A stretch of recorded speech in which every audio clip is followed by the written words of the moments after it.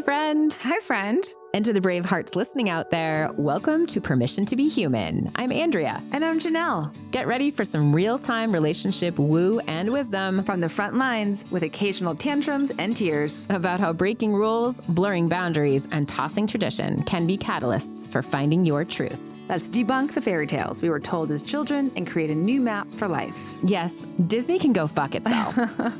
If you're seeking permission to choose your own path, freedom is the new F word, people, and want to feel less alone along the way, we got you. Please note, this is our side of the story. Our partners and metamors have their own individual experiences, and we do not speak for them. Hi, friend. Hi, friend. I'm so glad to be here. I am too. We've got a doozy of an episode today. A doozy, indeed. So I think we should talk about our spirit crowns first. I agree. So why don't you tell me about your spirit crown? I first got introduced to spirit crowns from Sophie Howell of spiritcrowns.com. Okay, let's say it again. Sophie Howell of spiritcrowns.com, just in case you're listening and want to visit spiritcrowns.com. Yes. And she put one of these on me at Burning Man 2019. Nice. And I felt like I got christened as a goddess in that moment. Oh my gosh, I love it. It's also like the origin of Sophie in my friendship was that moment. There's so much tied, and this is all happening at the Goddess Temple of Burning Man. And now here we are, Permission to be Human, reporting from the Goddess Temple. Many layers of beauty and synchronicity happening there. Beautiful. And I don't know, a couple of years ago, I was at an event and she had all these spirit crowns and I realized that I wanted one. And so I commissioned her to make me one. And I was very specific. She does it the custom orders, or she can do custom orders that details out exactly what she wanted. And I said I wanted an everyday spirit crown. This is what she took. This is what I have. And I was like, I wanted black, I wanted white, I wanted red, I wanted dark red. I didn't want too many flowers, like all the things. And it's what I guess. So I have worn the spirit crown to the grocery store. I've gone out to the bars with it. There's times that sometimes just like around the house, because I'm like, this is what I need today. Totally. Yeah. So what I hear, oh my God, I just hear myself saying this so much because I learned it by watching you. I hear you saying that you know what you want. You knew exactly what you wanted in the spirit crown. Okay. I also recall you wore the spirit crown when we went out to eat at that French restaurant after the Botanic Gardens Christmas lights. Yes. And it was filled with pretty much people over the age of 55, I would say, or 60. Or 60. It was really small. I felt like it was in Europe, just adorable little French restaurant here in Denver. And, it attracted some attention, but, in a lovely way. And you had a couple of older women say, oh, I just love what you're wearing. So it was a pretty fun moment. Yes. So my spirit crown is a fairly new purchase. I got it at Witness Sisterhood Retreat, hosted by Sophie Howell. And I call it my feminine warrior. I love it. I think it looks so good on you. And it really, there's the term warrior, feminine warrior, open-hearted warrior, I feel is like a real theme. And I thought about this. I didn't know you called it feminine warrior. And I think that's perfect. Yeah, it's been good. And it sits on, I have this like really sort of big gold, I don't know how to explain it, light that shines all these different shapes in my room. And I set it on that. So it's meant for it, right? Yes. That's where I set it. It like sits there when I'm not wearing it. It's also a piece of art when you're not wearing it. It is. And I see it when I come in my room and go to bed. And I also wear it occasionally on client calls because some people can totally receive the spirit crown. Yes. I also wore it on Mother's Day. And I brought a couple other spirit crowns for my sister-in-law and my mother-in-law, which was really fun to wear it outside. Did I tell you that? No. Yes, it was so fun. Like we were like out eating brunch and went to their house, and I just like brought them each a crown, and then we wore it the whole time. It was so fun and festive. So I guess you get the idea. We're advocating for spirit crowns. Yes. And you might see more of them over time. You just might. So what are we talking about today? One of my favorite topics, pleasure. Very much specifically pleasure pillars. So I have to say, my early days of pleasure, when I first thought of the word pleasure, I mean, I didn't use it that much. I probably associated it with sex, but pleasure, I didn't think about it in terms of something I could have any day or any time. Mm-hmm. It was definitely it was in a category. Mm-hmm. And so I'm really curious to have this conversation with you and for the brave hearts out there to widen their idea of what pleasure means. Yes. Ready to dive in? I am. See, when you first told me about this, I was like, WTF, right? I thought you were talking about what gave you pleasure, Mm-hmm. but that is not it, is it? Mm-mm. Janelle, tell me more. Yeah, I mean, I would guess, is a common thought. Well, one thing I should probably say is pleasure pillar is my term. This isn't like, oh, you've missed reading a book or an article or something else. Like, this is just a term that I came up with on my journey. Mm-hmm. And reasonable to think, oh, pleasure pillar is what brings me pleasure. Mm-hmm. But pleasure pillars actually precede the question of what I like. Pleasure pillars are the foundation for the house. Not the color, not the architecture, not the finish. Pleasure pillars are what needs to be poured so I can discover what I like and don't like. Got it. So essentially, when you think of a foundation to a house, pleasure pillars are a constant. Mm-hmm. They are related to me, Yeah. to no one else. My pleasure can change. My pleasure pillars stay the same. So are they requirements for pleasure? Would you say that's true? If For we're talking me, in IT I would terms? say that they are what I need to feel safe and present in my body, Mm-hmm. so that I can get curious Mm-hmm. about my pleasure. Got it. Okay. So they don't change. Like while your pleasure is a moving target, the pleasure pillars stay the same. So take us back. How did you figure this out? And when did you come up with this term, which I love, by the way? And I love that it's your own and you didn't get it from anybody else. But now we're going to make sure it gets an Urban Dictionary. So we're going to try that. Amazing. Okay. Take me back. What's going on? Well, the first thing is that this has been a journey. This wasn't like one day I was like, oh, here they are. I've got some flags that I'm waving and here are my pleasure pillars. Right. It's not about figuring it out. Mm-hmm. It's been a 2-year journey. And it started out with a few years ago. All I knew was that I wanted more sex than I was getting. Great. And someone introduced me to the concept of Tantra, Mm-hmm. which is the integration of mind, body, spirit, and sacred sexuality. Okay. Let's say that one more time. So Tantra is the integration of mind, body, spirit, and sacred sexuality. Okay. I always get nervous when we're like, here's Janelle's definition of something. So let me maybe just like quantify. Like this is like one of the ways that I describe Tantra. Got it. If you were to look it up in the dictionary, it may not say those words like this is what Tantra is. That's okay. So This is not an academic podcast. yes, right? Everyone To be clear. do your own fact finding. I'm a big fact finder. Do your own fact finding. But this person suggested that I attend an ISTA retreat. ISTA stands for International School of Temple Arts. Mm-hmm. And I thought I was going to go and have sex, and I was excited. Remember, I was in an open relationship that was totally within the bounds and agreements of what we had. And the first thing we learned at this retreat was how to listen to our body. Mm-hmm. Mm-hmm. And I'm also a good student. Front row. I've always been a front row student. Oh my gosh. High five. High five. Like front row only. I just went to the speaker training and I'm like, front row every day. I moved to switch sides, but front row. Front row. Yes. Engaged. Yes.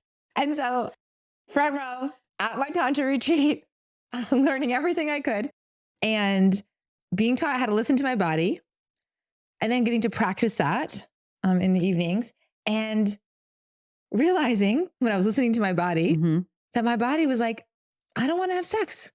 My body was like, actually, I just want to make out. I really, really, really miss making out. Were you disappointed that your body didn't want to have sex? It was confusing, but it was the recognition of, oh, if I'm not listening to my body, what am I listening to? Oh, I'm listening to my mind. Yeah. And when I'm listening to my mind, is that really me? know what my mind is telling me is how much sex is enough sex? Like how much sex should I be having? How fast should I be orgasming? Right. And in this way, my mind was conditioned by society, by rom-coms, by Cosmopolitan, by parents and religion and all these different things. Right. And I mean, maybe that was really the first time. I don't know if it was the first time, but it was this like recognition of like, oh no, the truth of me is in my body. It's not in my mind. And what does my body have to say? And when I first went to this retreat, although I did think I was going to have sex, I did go with an open mind and curiosity. And that curiosity led me to be open to this discovery. Okay. Got it. So I hear you're listening to your body, and that I think that meant you talked about having to slow down, like really like take a step back. Yes. To slow down so I could like feel and listen. My mind was really fast. Yeah. And my body's actually, sometimes it could probably be loud, but in a way it's more subtle, like when it's like talking to me. And so I have to get quiet and slow down in order to hear my body. That's an interesting concept too. I wonder if we even consider that in our society, or have I considered that? Do I slow down? Do I listen to my body? Is my mind always out talking my body? Is my mind talking over my body? I would say that that's true for me. So I realized that my body had been a servant to my mind. For example, during sex, my mind says to my body, you're taking too long to orgasm. My mind says, does he like this? Is he comfortable? My mind says, do you like this? Shouldn't you be liking this? Shouldn't you like this the last time? Yeah. And in this way, like there's no winning. Like I'm fighting, like I am my own competitor in this. It's not that the person who I'm actually in bed with is saying any of these things to me. This is me saying this to me. Right. Interesting. You're at a battle with yourself, not with your partner, which is so fascinating. Right. Because we think of it as like that that something's not working between us. Okay. So for you, you were in a battle with yourself. Yeah. And in that way, it's also like, it's actually like I'm having sex with myself. Like another person is there, but the dialogue is happening within me. It's true. So what I realized is my mind was listening to an external source, the Catholic Church, rom-coms, social conditioning, and was not paying attention to my body. And my body is the only thing that knows what it is that I want. So I figured out that I needed to listen to my body. And to do that, I needed to slow down. I see. And so what does slowing down mean in this context? Slowing down meant paying attention to what my like my body was saying, and also to what my heart was saying. Like the heart was what was actually helping me understand what it is I wanted, which I think of as like the second part of my journey. Like the first part was recognizing I needed to listen to my body. And the second part was that I needed to listen to my heart. And through a few more interactions, and this is like on the course of my journey, the more I listened to my heart, then I had this moment where I realized I had put the permission for my pleasure outside of myself. I had looked towards someone else to say what was okay for me. I was looking to them to tell me what I wanted. Wow. That's big. That's really big. So then what happened? Like, how did you change that? What was your next step? Once I figured out what I wanted, I recognized that I had to give voice to it. And I wasn't sure how to do that. So I remember talking about this when it happened, but Janelle, you have a strong voice. You've started your own business. You've traveled around the world. You've like raced mountain bikes. Like you totally have a strong voice. I know that you do. And so how does that work? Yeah, my voice wasn't connected to my pussy. Interesting. It's connected to your mind. It's connected to my mind. Or it was silent when it came to my pussy. Like it was like thinking, and there was more of a constriction around it. Yeah. Around that time, I had seen one of the psychics. I have a quiver of psychics and mediums that I see. And she suggested that I work on opening my throat chakra so that I could express and name what my heart and body were saying. She gave me a list of things to do. I took singing lessons. I joined a choir. I massaged my throat chakra with throat chakra oils. And I can still remember that first singing lesson where I had tears streaming down my face when I realized that I was the only person who had told myself my whole life that I couldn't sing. And then as I heard myself sing the scales, it was like a breakthrough of this limiting belief. Wow. That's pretty big. So once you championed your voice, how did you get to the pleasure? What was next? Yeah. So if we're tracking the journey, I started with my body, then to my heart, then to my voice. And a Tantrika friend of mine who I knew and trusted, and Tantrika is someone who helps integrate mind, body, spirit, and erotic energy. Okay. She was in town and she was like, I see some resistance, like some energy blocks in you. I recommend a session. What does that look like? Here we go. Okay, here we go. Brain parts, are you ready? You can be sitting down. Maybe this is where we go from like PG-13 to... Yeah, maybe like put your AirPods in now. Go ahead. So what did this look like?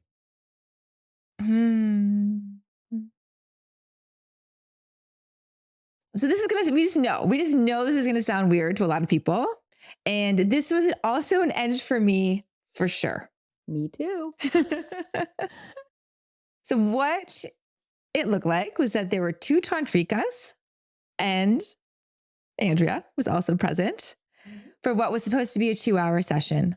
And all I knew was that she was going to try to release the layers of resistance in my system, move, and this is like the term she used, like move the resistance and the blockages out of my body, and then fill that space with pleasure. The plan was to use massage and to double penetrate me with a dildo and a butt plug. That's right. The experience was beautiful. It was intense and it was profound. It was also an example of blurred boundaries as friends, as well as our conscious relationship where we support each other's becoming and our willingness to do weird things. And this journey this session, which was supposed to be 2 hours, ended up being a 5-hour session. Wow. Yeah. So that was just like, here's the overview, recap, spark notes of what happened. Yeah. But Andrea, how about you share your experience from the other side? Thanks for that executive summary. So from my side, I just happened to have a night to kill, which is kind of rare for me. Very rare. Which means it was meant to be for us. And we just set the scene for you, right? So all 4 of our sweaty, naked bodies, there were 2 Tantrikas, all 4 of our sweaty, naked bodies were shifting in the shadows of this candlelit bedroom. Your head was in my lap for a good portion. I felt like a midwife in the red tent, I must say. The only thing more intense than what I experienced was giving birth to my daughter. And I realized I was giving birth, not to a baby, but to your pleasure. For 5 hours, the Tantrikas led you on this very sacred and primal journey. Their moans and high-pitched screams seemed to come from another dimension. That was one of the crazy parts. And while I was really tentative at first, intimidated, out of my element, perhaps a little out of my comfort zone. Eyes wide open. Eyes wide open, although I love being naked, so that wasn't a problem, but it was a new experience for me. Absolutely. I eventually followed their lead as they massaged your body and, kind of called upon your deepest inhibitions to help your spirit rise. And at some point, they pointed to this row of sex toys on the edge of the bed, and it told me to insert the butt plug. And I'd never even seen a butt plug before, okay?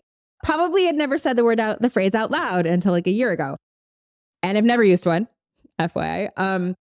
And I picked it up and I was like, is this what you want me to do? And they're like, yeah, like waiting, like, come on. Time is now. Yes. So that was a new experience for me. And it was something I'll never forget either. And I was just really a bystander, a participant, a facilitator, but it was happening to you. So what was the impact of that Tantrika session? Before I answer that question, I just want to express to all the brave hearts of it listening out here, like how much gratitude I have to you. You're welcome. For willing to do that session. I mean, that session has, which I'll go into, the huge impact, but yeah, like this like deep, deep intimacy of trust of like, that you were there to witness me diving into like the deep shadows and depths of my soul is just, I just have so much gratitude for that. And it's like a bond that we have. Yeah. And I was so honored to do it and never thought twice about saying yes. Right. Just FYI. I know. Like new experience. Yay. Yay. Yay. So what happened next? Like, did it work? Did you find your pleasure? What's going on? If someone had asked me prior to this experience, if I had any sexual shame or fear of pleasure in my body, I would have said no. I've lived a very adventuresome, progressive life in terms of my sex life as well. Yeah. And I didn't think I had that. I actually remember reading Gifts of Imperfection by Brene Brown. Yeah. And it was just a book all about shame.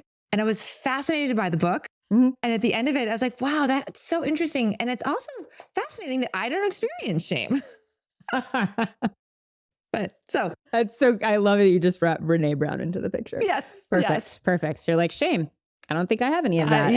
Yeah. And I get that. It's because it's not on the surface. Well, I think for me, it's also, it turns out it is on the surface. I just did not know that the emotion that I was feeling was called shame. Okay. Got it. And for whatever, like, how do we learn emotions? How do we learn what our body's telling us? And I just didn't learn that one until this session. So the impact of this session was to recognize that I did have lived experience of sexual shame. And I had an intense fear of pleasure in my body. And that it was also more than me, that it felt ancestral. Ah, wow. My 2,000 years of Catholic lineage, that I had like basically sludge in my womb that was stuck. So when you asked about how was it, did I get to my pleasure? One, there's no destination to any experience like this, right? We're like, it was like a treasure hunt to see what we find. And what we found at the end of the 5 hours was that I never got into a state of pleasure. And what we discovered was that I had a lot of locked up shame and an intense amount of fear around pleasure around my womb area. Okay. After the session was over, the Tantrika and the integration time suggested to me that for the next couple of months, I just experiment with putting things inside my body with curiosity. What kind of things? She left that up to me. Okay. And what I did, and I'm not suggesting anyone try this at home, is I had this like clear sense that I was supposed to experiment with psychedelics and butt plugs. Mm-hmm. That's right. And I became my own medicine woman. I did these solo journeys once a month for 3 months. And it was those journeys that helped me discover my pleasure pillars. Uh-huh. And wow. So that's a bunch to like say, well, I just did a bunch of psychedelics and butt plugs for a few months. They're like, oh my God, maybe we can't go into all of that. Perhaps we should talk now, drum roll please, about the pleasure pillars. What are your pleasure pillars? What did you discover? My pleasure pillars are what makes me feel safe in my body. This is my truth, not anyone else's. This is what's necessary for me to feel pleasure. I know that I need my laughter, trust, and a relaxed nervous system. Okay. So let's break those down a little bit. Laughter. Laughter for me is a state of being. Okay. Trust, it's multi-layered. It's trust of me, trust of my own boundaries, trust of myself and the person I'm choosing to be with, trust of the environment that I'm in, trust that I know my boundaries and that I will voice them, and trust that the other person knows their boundaries and they will voice them. Yeah. Awesome. Okay. So The last one, with a relaxed nervous system, what that does for me is puts me into a state of relaxation where my mind just turns off. So what's been your experience using these pleasure pillars? Amazing. So it's not just a theory. I'm there. Yes. I'm also like putting it into practice. But so just to recap, right? The pleasure pillars are the foundation. When those are in place, then my curiosity gets to come online. And then I get to be curious about my pleasure of what I like and what I don't like in that exact moment. So the pleasure pillars are allowing me to stay present to what's true for me at any given moment. And we're talking about like sexual situations right now, but it can be at a dinner. It can be like, it can be with friends. Food. Yes. I mean, it can be lots of different things. Like if I have my laughter, if I have my trust and I have a relaxed nervous system in any situation, that enhances my ability to experience pleasure. Wow. This seems like an important pillar of life. That this is how I see it for me, is that it's one of my North Stars, I would say, as far as how I'm navigating interacting with the world and relating to others. Wow. It just seems so big and like such a gateway to experience more in life, more wonder, more awe, more pleasure. Yes. And getting to be constantly surprised and delighted at the things that I actually like or even don't like. Because before it was like my mind had already predicted, oh, you like this, you don't like this, and now it's like, oh, in this moment, in fact, okay, here's a perfect example. I was flying home from Boston this morning and there's a restaurant at the Boston airport that has this great salmon, bacon, lettuce, tomato sandwich. And the first time I had it, it was so good that I was like, oh my gosh, I cannot wait to have this again. And this morning, granted, it was 8:30 in the morning and I wasn't quite ready for lunch, but I was like, okay, but I'm here. I'm hungry. I'm going to have that sandwich because it's so good. And guess what? What? It wasn't so good. It wasn't so good. Because I really didn't want that sandwich at 8:30 in the morning. And I was like, but back, like I did really like it the last time.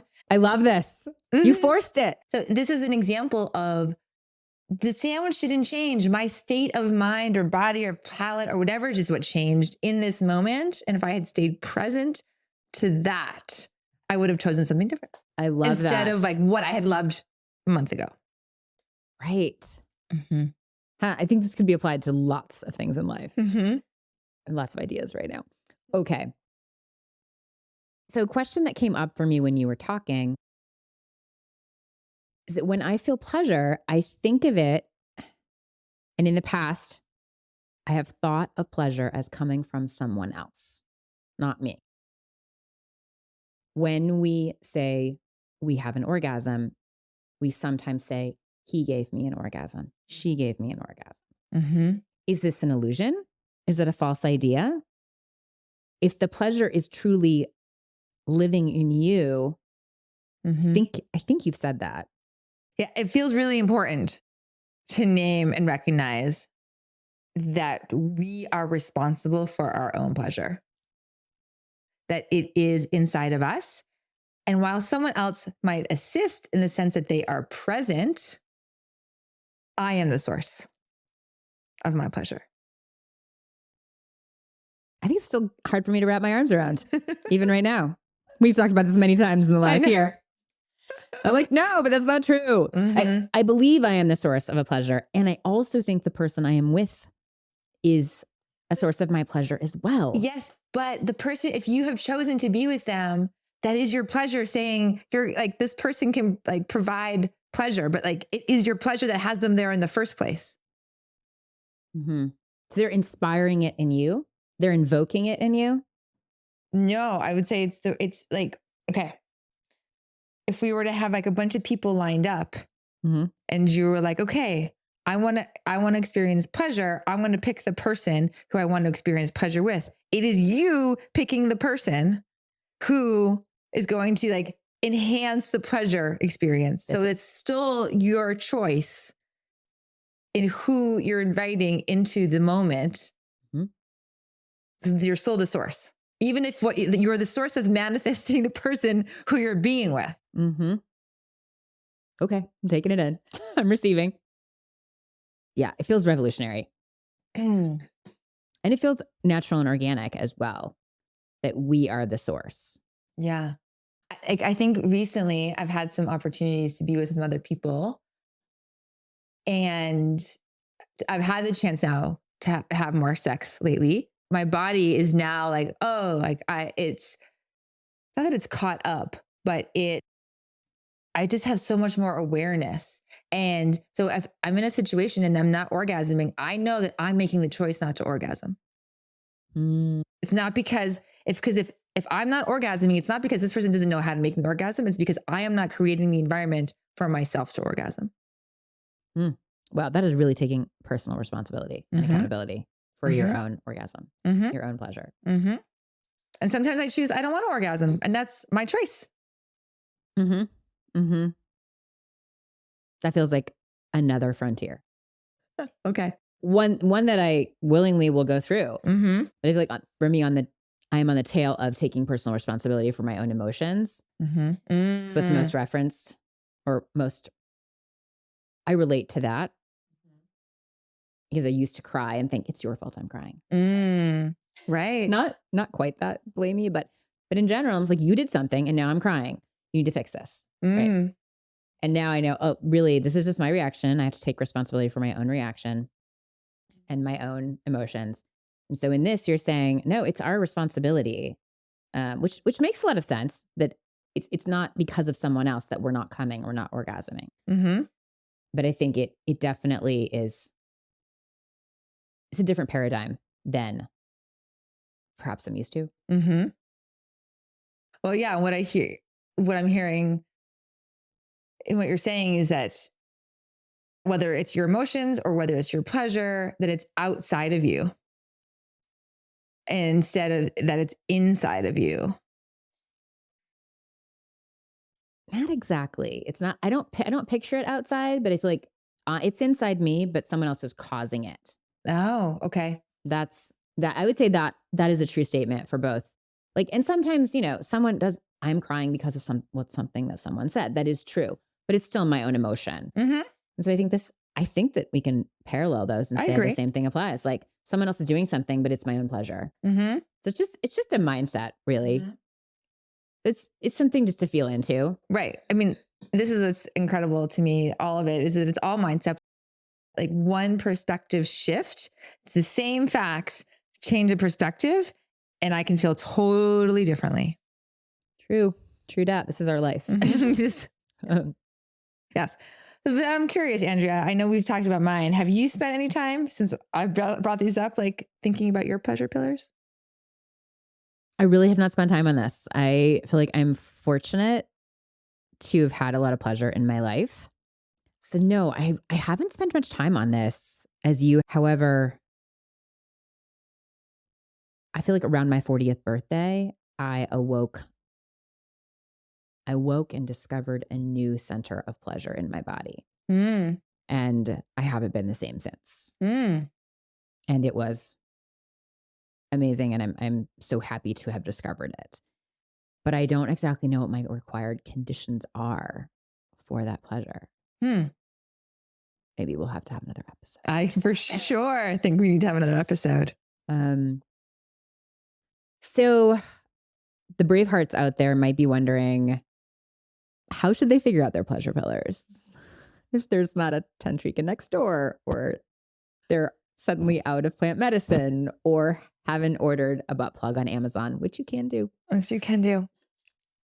This is where our brave hearts might be a little bit disappointed, where this isn't the podcast where we have all the answers. This is just us sharing our experiences. So I actually don't have an answer of how to tell someone else to figure out their pleasure pillar. I'm not sure that it's a formula that applies to everyone. My best suggestion is to take some time, a couple of days or even weeks, to contemplate what states help you feel safe in your body. And these could be internal, like trust. They could be an expression, like laughter. Or they can be external, a quiet house, soothing music, no dishes in the sink. Good one. Yeah, they can be really simple and physical and basic. Clean room, low lights. It sounds like they can be complex or simple. And I don't know. Nothing I actually think serves us that's complex. I think simple in general is better. So for me, like laughter, it's pretty simple. Trust is simple. I have to like understand it, but it's not a difficult concept. So if it's a multi-step complex process, I'm not going to suggest that that's a pleasure pillar. Got it. So we do have a resource. What's that resource? It's not like a direct link, but a book that I think is profound is called Come As You Are by Emily Nagoski. Great. And she talks about, this is really for women, specifically about brakes and gas regarding orgasm, things that like put a stop on our being able to experience an orgasm, and then things that are a green light. So even though she's specifically talking about orgasm, and I've broadened the term pleasure beyond that, she gives some really fantastic research and examples that I think can be helpful for people to understand themselves. Awesome. All right. So for the Brave Heart homework this week, it's 2 parts. One, a little bit abstract, which is I just invite you to be curious and contemplate what we shared in this episode and see if any of it resonates for you and what comes up for you when you think about it. Great. I would say consider what helps you feel safe in your body, right? So get curious about that. Where do you hold your tension? Is it in your stomach? Is it in your throat? Is it in your sphincter? Are you like holding it all the time? When can you completely release, and how does it feel to completely release? When do your shoulders go down? When do they come up? I remember in my yoga training 12 years ago that my mentor, Nora, kept coming up to me and pushing my shoulders down. And she would say, you can put your shoulders back up after practice. And I didn't even realize, right, that slowly over time, my shoulders inch up. So we hold tension in different parts of our body, and just becoming aware and curious, to Janelle's point about this, can be great. That seems like just like a great body awareness practice. So it's step one of my journey was becoming aware of my body. And that's where we're suggesting that you start. Yay. Thanks for listening. Do you need permission to be human? You got it. Listen, subscribe, and review on Apple, Spotify, or wherever you get your podcasts. Learn more about us at permissiontobehuman.live.